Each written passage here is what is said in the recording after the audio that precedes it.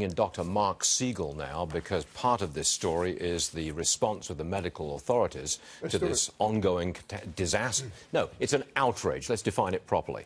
Over 400 people taken to the local hospital. Describe the scene. What happens? The first word, and you've already used it, is triage. There's three main trauma centers in Las Vegas at this point. The number one is called University Medical Center. They service 12,000 people a year. When I say trauma center, level one means there's a general surgeon on call 24/7, ready for a situation where people get hurt, they fall, they have a car accident, not usually gunshot wounds, though they have training in it. So they're not all 400 going to this hospital, but here's what the word triage means. The people that are in a life-threatening situation got to be tended to first. If you broke a bone or if you got shot in the foot, something like that, they're going to tend to you later. There's something called the golden hour, Stuart. In the first hour after you've been shot with an automatic weapon, that's when they've got to stop the bleeding. That's when they've got to get control of the situation. The surgeon that's in charge there, the trauma surgeon that's in charge at UMC, is going to call in all kinds of other physicians to help him out. Neurosurgeons, if he has to operate on the brain. Pediatric, if it's a child. All of this goes in a way that's been rehearsed. It's an amazing thing to see, but they've never seen anything like this before. On such a scale in Las Vegas.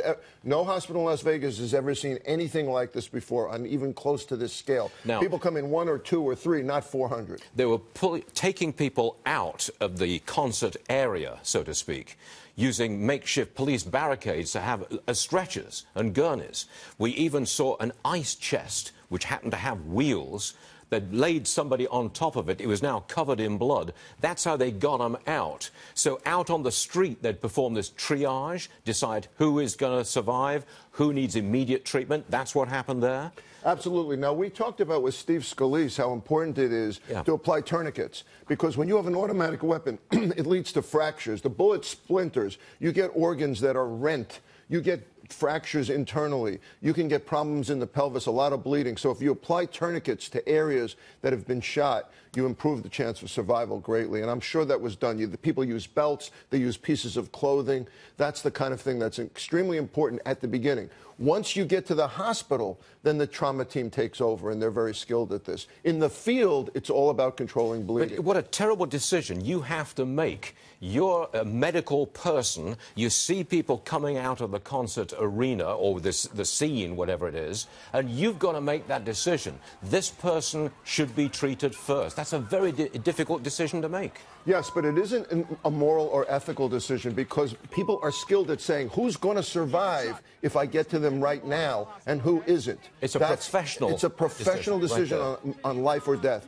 This is what they're skilled at. Not usually gunshot wounds, but they have that training. In Las Vegas, it's never seen anything like this, ever.